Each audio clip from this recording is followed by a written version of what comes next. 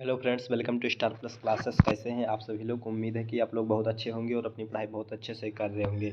यदि आप NTPC, group D, SSC, PCS, state exam या किसी भी कॉम्पिटिटिव एग्जाम की तैयारी कर रहे हैं तो ये सेशन आपके लिए भी एक बहुत खास होने वाला है। तो दोस्तों बने रहिए हमारे साथ वीडियो के लास्ट तक। आइए हम देखते हैं क्या पढ़ने वाले हैं। तो दोस्तों आज हम इकोनॉमिक्स में नेशनल इनकम यानी कि राष्ट्रीय आय पढ़ने वाले हैं। दोस्तों इसमें हम जानेंगे कि राष्ट्रीय आय क्या है, प्रति व्यक्ति आय क्या है, और साथ ही साथ ये भी सीखेंगे कि जीडीपी क्या है, एनडीपी क्या है, जीएनपी क्या है, एनएनपी क्या है और पीसीआई क्या है। तो दोस्तों आइए क्लास को शुरू करते हैं। दोस्तों सबसे पहले हम पढ़ेंगे नेशनल इनकम यानी राष्ट्रीय आय के बारे में हम जानकारी ले लें। तो किसी भी अर्थव्यवस्था में एक वर्ष के दौरान उत्पादित अंतिम वस्तुओं तथा सेवाओं का मौद्रिक मूल्य राष्ट्रीय आय कहलाता है। एक बार फिर से देखेंगे, किसी भी अर्थव्यवस्था में एक वर्ष के दौरान उत्पादित अंतिम वस्तुओं तथा सेवाओं का मौद्रिक मूल्य राष्ट्रीय आय कहलाता है। राष्ट्रीय आय में देश के समान निवासियों द्वारा चाहे घरेलू सीमा के अंदर या विदेशी में भी उत्पाद या सेवाओं प्रदान करे तो उसे शामिल किया जाता है। मध्यवर्ती वस्तुओं के मूल्य को शामिल नहीं किया जाता है। ये पॉइंट आप ध्यान में रखेंगे। तो दोस्तों यहाँ पे आप देख सकते हैं फिगर के माध्यम से, यहाँ पे मध्यवर्ती वस्तु जैसे सब्जियाँ हुई, ठीक, और अंतिम वस्तु जैसे चिप्स, उसको देख लीजिए यहाँ पे बना के। आइए दोस्तों अगला देखते हैं। अगला पॉइंट है केंद्रीय सांख्यिकी संगठन यानी सेंट्रल स्टैटिस्टिकल ऑर्गेनाइजेशंस। इसके बारे में थोड़ा जानकारी ले लें। तो दोस्तों भारत में राष्ट्रीय आय की गणना सीएसओ केंद्रीय सांख्यिकी विभाग द्वारा की जाती है।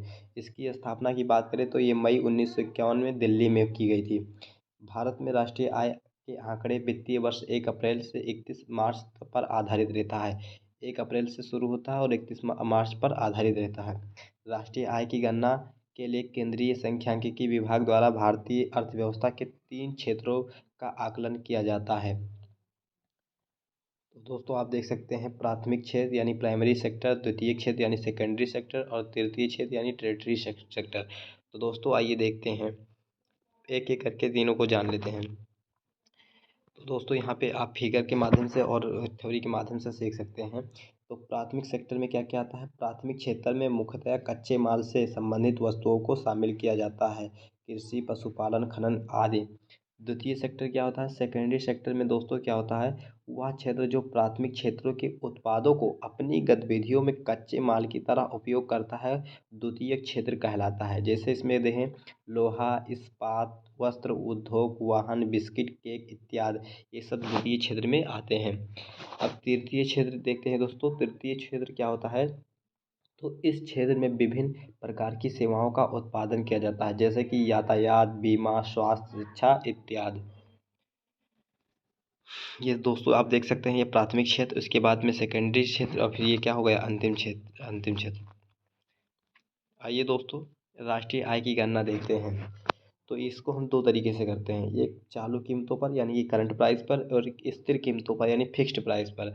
आधार वर्ष को देखें तो 2017 से 2018, और पिछला आधार वर्ष की बात करें तो 2011 से 2012। अब आती है बात कि हम प्रति व्यक्ति की आय कैसे निकालते हैं, पर कैपिटल इनकम कैसे हम फाइंड करते हैं। तो दोस्तों इसका एक सूत्र होता है कि राष्ट्रीय आय, कुल राष्ट्रीय आय जोड़ लेते हैं, कुल जनसंख्या से भाग दे देते हैं, तो हमारा प्रति व्यक्ति आय निकल जाता है।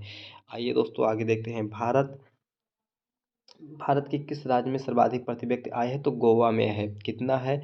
तो 4,30,081। और सबसे कम प्रति व्यक्ति कहाँ है? तो बिहार में है, 4,982। आइए दोस्तों आगे देखते हैं। दादा भाई नौरोजी ने वर्ष 1867 से 68 में भारत की प्रति व्यक्ति आय ₹20 बताई थी। लॉर्ड कर्जन ने 1901 में प्रति व्यक्ति आय ₹30 बताई।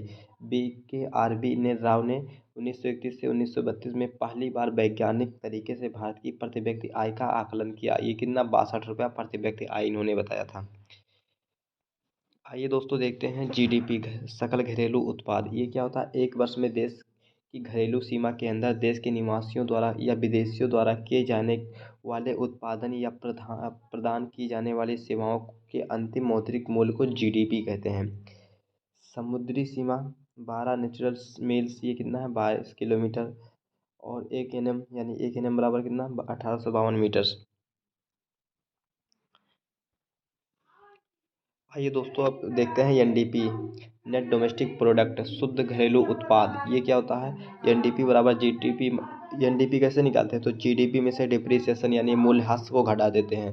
तो जीएनपी ग्रॉस नेशनल प्रोडक्ट, सकल राष्ट्रीय उत्पाद, केवल भारतीय द्वारा देश अथवा विदेशी में एक वर्ष में किए गए कुल उत्पादित अंतिम वस्तुओं तथा सेवाओं के मौद्रिक मूल्य को सकल राष्ट्रीय उत्पाद यानी जीएनपी कहते हैं। जीएनपी बराबर हम इस तरह भी लिख सकते हैं GDP plus X minus M. M क्या होगा? इसमें विदेशियों द्वारा उत्पादित मूल्य, और एक्स बराबर भारतीयों द्वारा उत्पादित मूल्य। तो जीएनपी बराबर 150 करोड़ और माइनस प्लस में 80, फिर माइनस में 50 की, तो कितना है? 180। आइए दोस्तों अगला देखते हैं एनएनपी, नेट नेशनल प्रोडक्ट, शुद्ध राष्ट्रीय उत्पाद। एनएनपी क्या है? एनएनपी कैसे निकालते हैं? तो जीएनपी माइनस डिप्रिसिएशन यानी मूल्यह्रास को घटाते हैं। तो जीडीपी बराबर डी माइनस कर देंगे डिप्रिसिएशन, तो हमें मिल जाएगा एनडीपी, और जीएनपी में से डिप्रिसिएशन माइनस करेंगे तो एनएनपी मिल जाएगा। तो आइए दोस्तों आगे देखते हैं। तो चलिए दोस्तों वीडियो को करते हैं समाप्त, फिर मिलते हैं अगले वीडियो में। तब तक के लिए जय हिंद जय भारत। अगर आपको वीडियो पसंद आया हो तो वीडियो को आप लाइक करिए और चैनल को सब्सक्राइब करिए। Thanks for watching this video.